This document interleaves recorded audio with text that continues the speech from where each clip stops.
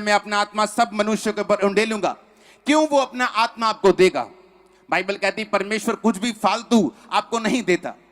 आपके घर में अगर फ्रिज है तो एक ही होगा, अगर दो है तो उसकी जरूरत होगी। आप बिना फालतू के घर में आपने अपनी छत पर 10 पंखे नहीं लगाए होंगे, एक लगाया होगा या 2 लगाए होंगे। बहुत बड़ा हाल होगा तो 4 लगाए होंगे, लेकिन आपने 50 पंखे वहां नहीं लगाए होंगे। आप उन चीजों को नहीं लगाते, नहीं खरीदते जो आपके फायदे की नहीं है। तो परमेश्वर क्यों अंत के दिनों में ऐसा कहता है कि मैं अपना आत्मा सब मनुष्यों को देगा।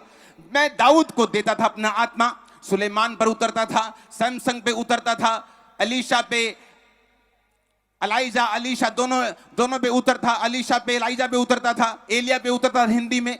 हाँ, उसका आत्मा सैमसन पे उतरता था, किसी पे उतरता था। लेकिन ये क्या है कि अंत के दिनों में अब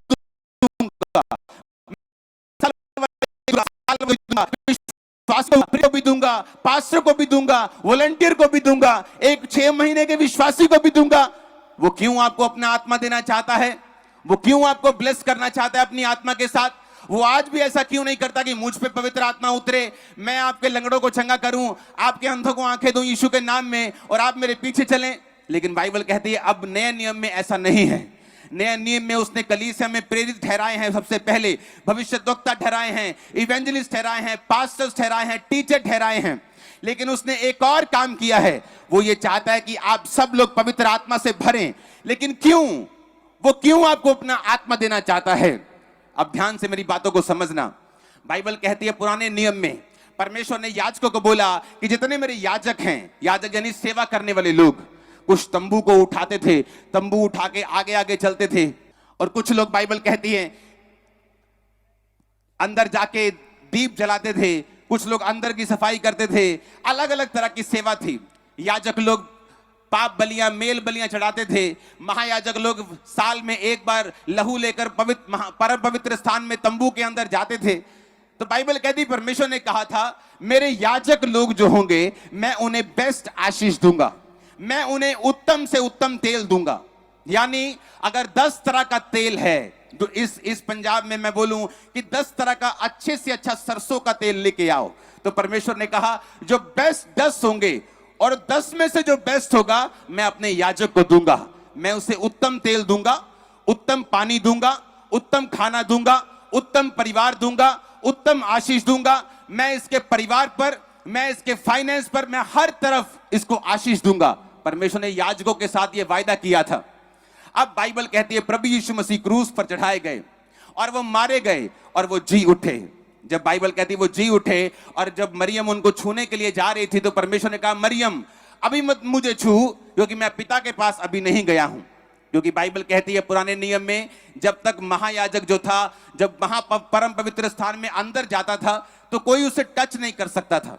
उसको रस्सी से बांधा जाता था ताकि अगर वो पापी हो और मर जाए तो रस्सी से उसे बाहर खींच लिया जाए। कोई भी उसे टच नहीं कर सकता था। प्रभु यीशु मसीह ने मरियम को कहा मैं अपना लहू लेकर एक ही बार पिता के सामने जा रहा हूं, अभी मुझे मत छू। मैं अपना लहू महायाजक बनकर चढ़ाऊंगा। और फिर वचन कहता है प्रकाशित वाक्य 1 उसकी 5 और 6 आयत में कि परमेश्वर जब यीशु मसीह मारे गए, गाड़े गए और तीसरे दिन मुर्दों में से जी उठे तो क्या हुआ? परमेश्वर ने अब वो याजक वाला पुराना नियम खत्म कर दिया और बाइबल कहती है अब जितने परमेश्वर को मानेंगे वो सारे याजक कहलाएंगे और वो सारे राजा कहलाएंगे। अब आपको अपने पाप माफ करवाने के लिए मेरे पास आने की जरूरत नहीं है। आपको अपने पाप माफ कराने के लिए याजक के पास आने की जरूरत नहीं है। आप खुद याजक हैं। आप खुद अपने पापों की क्षमा के लिए प्रार्थना कर सकते हैं और परमेश्वर के सामने जा सकते हैं। हमारा महायाजक प्रभु यीशु मसीह बन गए और हम सब लोग याजक बन गए। अगर हम लोग याजक बन गए तो व्यवस्था कहती है कि याजकों को परमेश्वर उत्तम देगा और याजकों का यह काम होगा कि वो परमेश्वर की सेवकाई को करें, वो परमेश्वर की सेवा को करें। इसीलिए जब यहोशू सब लाखों इस्राएलियों को इकट्ठा करता है और कहता है मैं अपने घराने समेत यहोवा की सेवा करूंगा, पर तुम चुन लो तुम किसकी सेवा करोगे। अगर सेवा थोड़े लोगों ने करनी होती, अगर परमेश्वर की आज भी ये इच्छा है कि मैं सेवा करूं, मेरा घराना ना करे, आप सेवा करें, आपका मोहल्ला ना करे, बस एक एक लोग चुने जाएं और वो सेवा करें और बाकी नहीं। लेकिन बाइबल कहती है, यीशु मसीह ने कहा अब तुम जाओ, मत्ती 28 उसकी 18 से 20, तुम जाओ और सब जातियों के लोगों को चेला बनाओ, उन्हें बाप बेटा पवित्र आत्मा के नाम से बपतिस्मा दो, सब बातें जो मैंने तुम्हें मानना सिखाई उन्हें मानना सिखाओ, और देखो जगत के अंत तक मैं तुम्हारे साथ हूं। परमेश्वर ने किसको कहा? ये चेलों को नहीं बोला, चेलों को नहीं कहा। जब परमेश्वर ये वचन दे रहे थे तो वचन कहता है वहां 500 से अधिक लोग मौजूद थे, वहां 12 प्रेरित भी मौजूद थे, यहूदा इस्करियोती को छोड़ के वहां पे और भी लोग मौजूद थे। आने वाले प्रेरित, अपकमिंग प्रेरित, पास्टर्स, टीचर, इवेंजलिस्ट, विश्वासी सब मौजूद थे। अगर परमेश्वर ने सिर्फ प्रेरितों को बोलना होता कि जाओ सेवा करो, तो परमेश्वर पब्लिक में ऐसा मैसेज ना देता, पर उसने बाइबल कह दी 500 लोगों के बीच में मैसेज दिया, अब तुम लोग जाओ और मेरी सेवा करो, क्योंकि तुम लोग याजक बन चुके हो। जब मैंने लहू को बहा दिया, जब महायाजक बन के अपना लहू परमेश्वर के सामने चढ़ा दिया, अब तुम राजा हो और याजक हो, अब तुम मेरे याजक हो, तुम मेरी सेवा करोगे और मैं तुम्हें अय्यूब की तरह बरकत दूंगा, मैं तुम्हें ऊंचा करूंगा, मैं तुम्हें बढ़ाऊंगा, सारे वायदे तुम्हारी जिंदगी में पूरा करूंगा। आमीन। मेरे को ऊंचे वाला चाहिए चर्च।